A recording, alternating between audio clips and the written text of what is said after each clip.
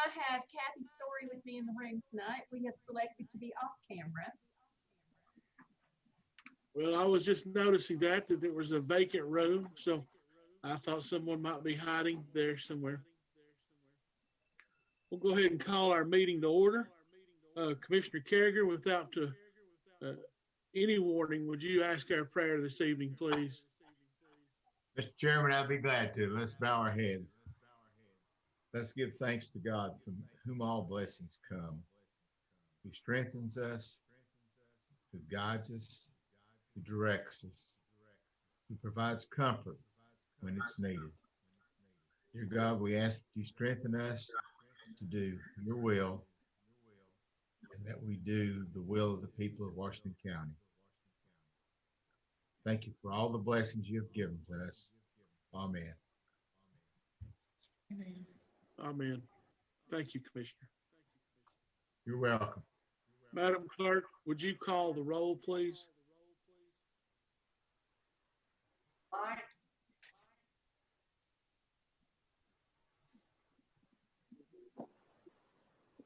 Harris. Fitzgerald. Edens.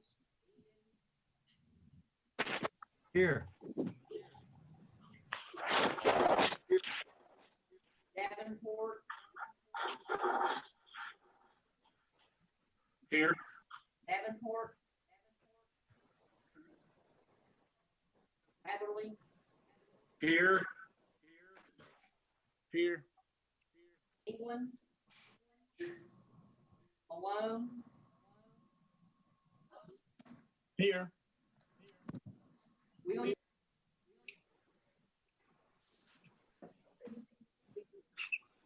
Carriger. Here. Jones. Here. Chester. Here. McAllister. Here.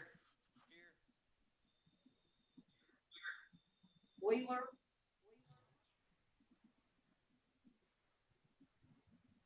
Ford. Here. I think it's 10 present and 5 absent. Thank you, Madam Clerk. We do have a quorum.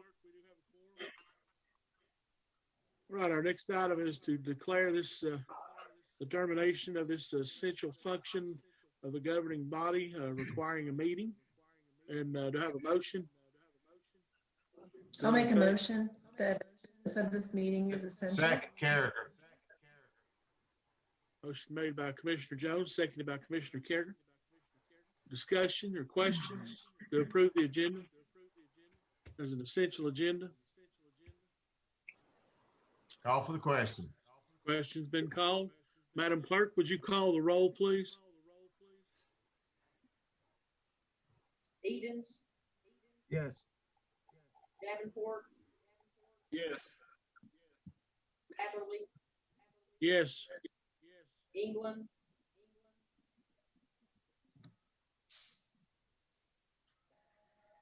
England.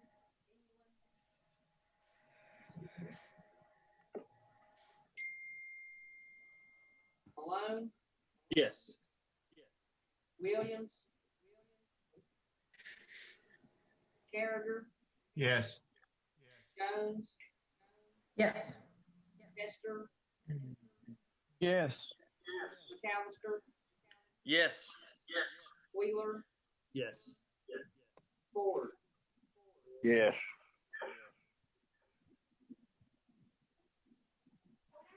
10 yes, 5 absent. Right, the 10 yes and 5 absent, the motion passes. Mayor Grandy, I'll turn it over to you. All right, thank you, Mr. Chairman, and welcome everyone to Wednesday night for our updated healthcare report. We have Dr. Kursky with us tonight, so we have Dr. Kursky and Kristen Menick with our health department, and Rusty Sells is also on the call with EMA. So, Dr. Kursky, welcome, and thank you for once again sharing some of your valuable time. And hope we can get an update on where we are. And you're muted.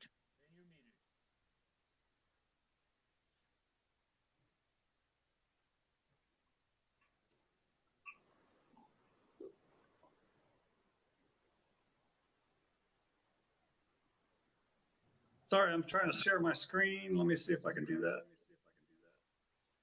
Or are you seeing my screen? No. Maybe. Something's coming up. Yes. Okay, maybe my computer's just being slow. So I'll just say that our epi curve for Northeast Tennessee has been staying pretty low and flat, if you want to call it that. However, for the state, we're starting to see an increase. It looks like the cases in the state are increasing. I'm just going to stop sharing because it doesn't look like it's wanting to come up. So if you look at the Tennessee Department of Health website for the statewide cases, looks like they're starting to increase.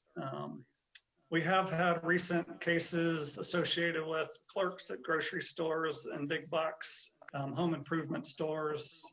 We've had cases that have been shopping in the grocery stores and drug stores, pharmacies, and things like that. So there is still a risk of community spread. I think a couple of meetings ago, we talked about, we had some positive construction workers that were actually working in our health department doing construction. So there still is opportunity for spread, but currently in Northeast Tennessee, our curve looks pretty flat. So right now, the big challenge is to try to keep it that way as cases increase in the rest of the state. You know, how do we keep our region safe? One of the things we're looking at is trying to figure out how to increase mask usage, cloth-based coverings in public. I did get an interesting report from the Johnson City Transit System. We had given them some of the state purchased masks, and they're offering free fare to their customers that wear a mask. They've had like 90% mask compliance with that. So I think if businesses and you know, restaurants figure out ways to somewhat incentivize mask wearing, that may help. Our regional director, Rebecca English, mentioned maybe grocery stores could give gas points or something like that when you check out, if you know, wear your mask or whatever. So that's one of the challenges. Getting lots of questions about, you know, obviously sports starting up, so Little League, opening up parks, things like that. So Executive Order 38 from the governor is allowing obviously larger venues and social gatherings up to or less than 50 people. And then certain non-contact sports, which they talk about baseball, softball, volleyball, but not including basketball or football currently. Although some school sports are going to start practicing in some of those contact sports by just doing conditioning and drills where they don't have to have contact. I don't know. I guess I'll leave it there unless there's questions. Anybody have a question for Dr. Kursky?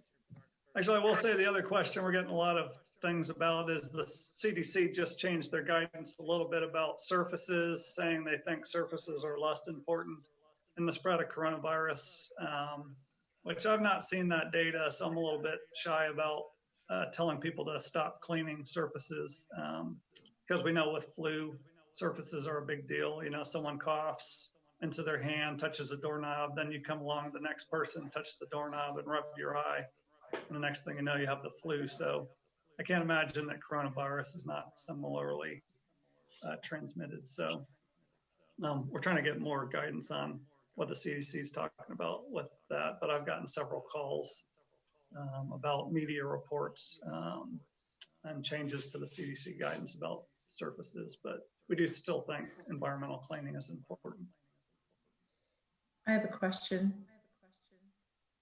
Can I just go? What is the, as you mentioned, the state rate is increasing, even though in our region it's staying flat. Is it increasing in many areas across the state, or has that been a concentrated couple of events? I think I heard it was increasing broadly. Yeah, I didn't look at the ETSU map. ETSU has a nice map that shows where cases are increasing and decreasing. I've not looked at that. I think it's primarily in metros, and then some of our rural counties that have like large either prisons or I don't know that we have meat packing plants, but I think we have like chicken plants and things like that where there's been some outbreaks. Maybe we have meat packing plants, but some kind of larger outbreaks in some of the counties. And is there a certain like cut point for this region or our county or area that you all are looking for in terms of an uptick that would reverse course, or is that kind of still unknown? All we're doing is surveillance right now. Yeah, so we are looking at just the rate of increase or whether it's staying flat. But I think the primary driver of needing to close down would be really what's going on in hospitals. So if we get to the point where the hospital's getting full and capacity and things like that, that's where we would get nervous and may want to start shutting down some larger events and things like that again.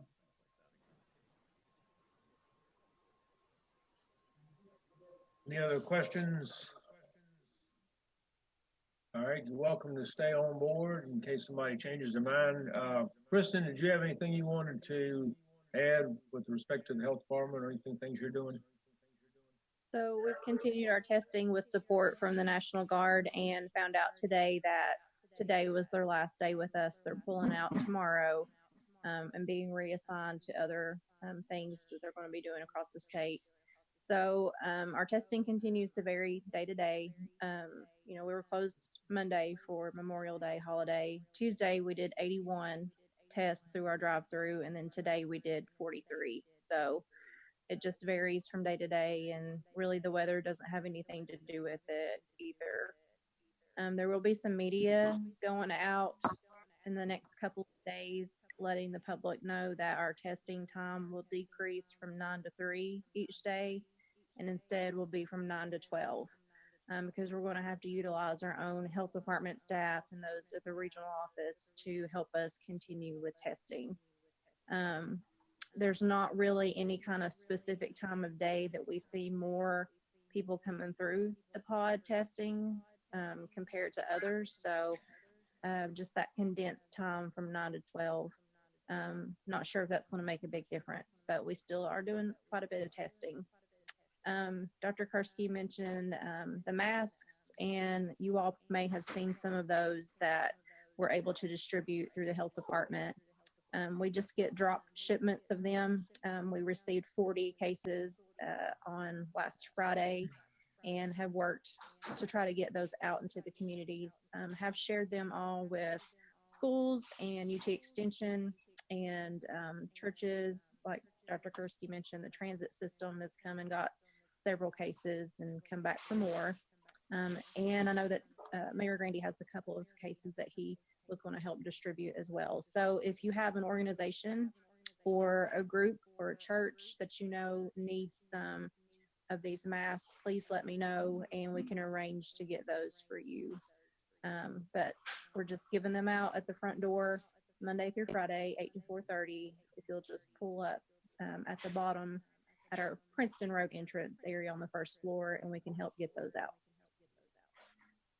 Yeah, I'll just mention that I was just going to mention that the reason the National Guard's pulling out is they're going to start we've been trying to test all the nursing homes, and now we've been tasked with also testing all the assisted living facilities. We are going to test our own assisted living facilities with our health department staff and staff at the assisted living, but the National Guard's going to be helping statewide to try to get all assisted livings and nursing homes finished up. I think the governor wanted everything done by the end of May, which does not look like that will happen. But as soon after this, early into June, as we can finish up, they're wanting us to try to finish all of them assisted livings.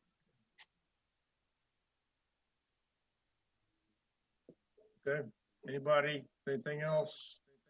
Rusty's on board with us tonight. Does anybody have any questions for our emergency management director with respect to what they're doing? Rusty, looks like you're kind of off the hook tonight. Good deal. Well, easy.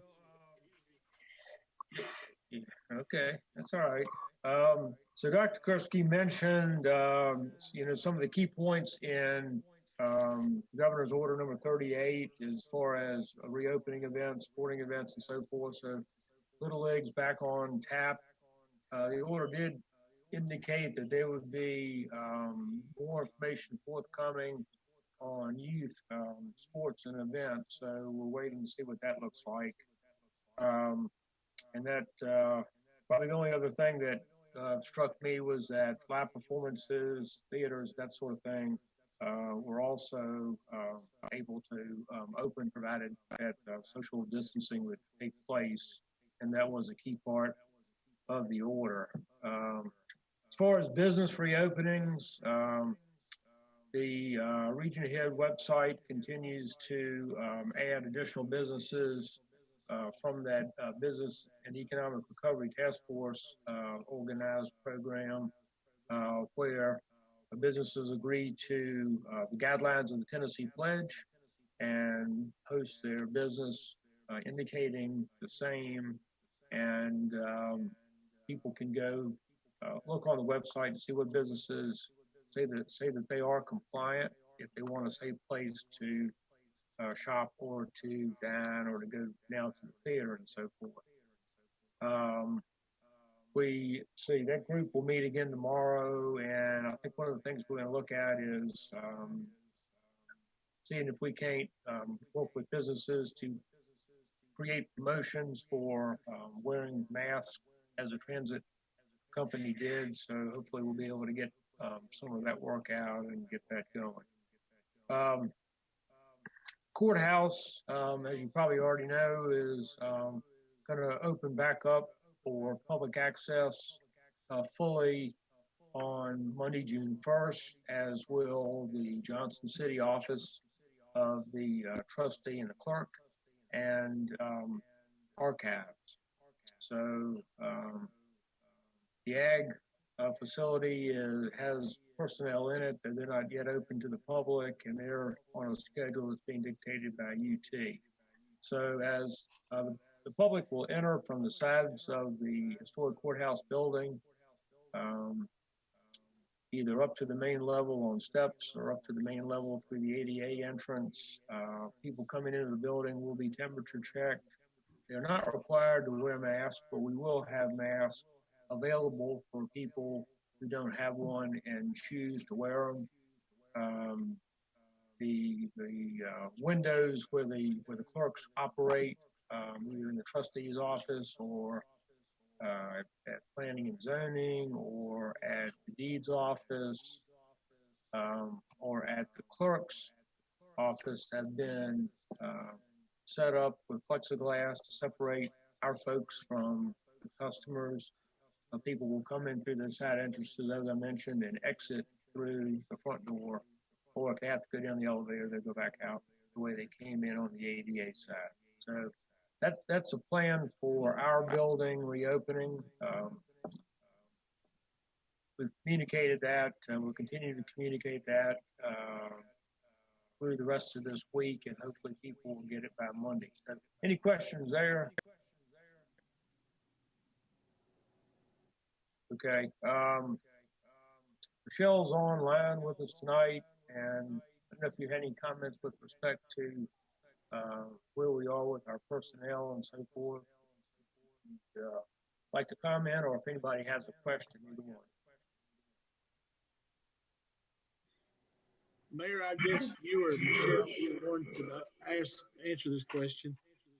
When the courthouse opens, the people that are staying at home because they were had health conditions, when will they be expected to return back to work? Either one of you can answer that. Chairman Well, Matherly, sorry, I stepped on the mayor. Would you like to go ahead? No, go ahead. Okay. Currently, we have 11 people on self-isolation. The policy states that self-isolation and the other arrangements like teleworking, panto time, those are all in effect as long as the governor or the mayor has declared a state of emergency. The emergency paid sick leave, which is the federal leave, is effective through December 31st. Currently, we only have 2 people on emergency paid sick leave, and those are for childcare issues that are being resolved. One of those expects to be back Friday, and one expects to be back Monday. So those are basically resolved. But we do have a few people still teleworking, and then we have those 11 people that are self-isolating. Okay. And Mr. Chairman, I would just add that those people are being governed by their respective leaders in their departments, department heads, elected officials, or whatever. And some of those departments have been back at work fully. Highway Department's been back in gear for a while. So has the clerk of the courts team as court reopens. So it's really being driven by demand in the office and their leadership. I would just say also that the Justice Center is continuing to operate under the Supreme Court's guide and plan that was developed for that reopening. And I think now they have finally sort of smoothed things out, and it's working pretty well over there. Other questions, sir? So it's safe to say that the elected official is the one that would have the more bearing on that, or the policy through June 30th? The policy is in place, allowing those 3 ways to manage their people based on need. So as long as the emergency orders are in place and that change in the policy is in effect, then they have the ability to manage their people. All right. I think okay, that clears it up. Thank you very much. Other questions? Well, Mr. Chairman, that's really all we had as far as an update for today. And I'll give it back to you, sir. Thank you very much, Mayor. Dr. Kursky. Director Manning, thank you. Rusty, thank you for being here with us this evening. And as always, we appreciate you all attending and learn something every time you're here with us. So we do appreciate you. Commissioner Wheeler with a question. Yes, sir. Oh, Commissioner Wheeler. That's all right. This is related to our next meeting. I believe we have a budget workshop tomorrow night. Is that right? Yes, that is correct. I was going to remind everyone at 5 o'clock. I've got a question regarding that. At the budget committee meeting on the 21st, we discussed that to get any meaningful feedback, that the commissioners needed time to review the budgets, both proposals and the detailed budget. And it was said in that meeting that they would get that sometime yesterday. And I know the budget committee got some information yesterday, but I did not receive anything where the whole commission got anything. I was going to ask, has that happened? And if not, are we going to be able to get anything meaningful out of that meeting without them having a chance to see the detailed budget where we are right now?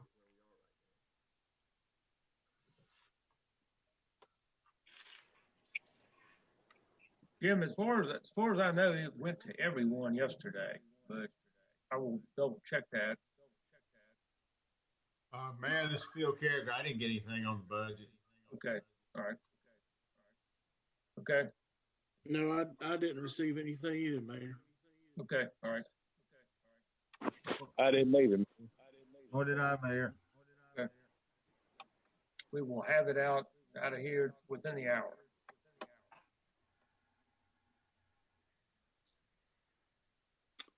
Commissioner Wheeler, I think you got muted there just a minute. Sorry, I appreciate that, Mayor. Thank you. That's what I was saying. Thank you. Yeah, and remember, it is at 5 p.m. That's correct, right?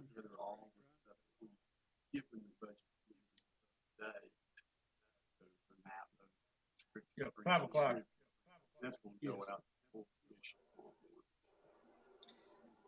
Mr. All Chairman, right.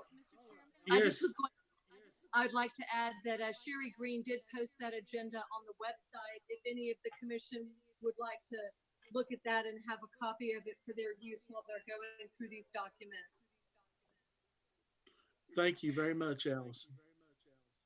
Remember also, Sherry had sent out an email about our committee meetings coming up on the June the 4th, whether they would be some would be canceled or you needed to get your agenda to her so she could get it posted.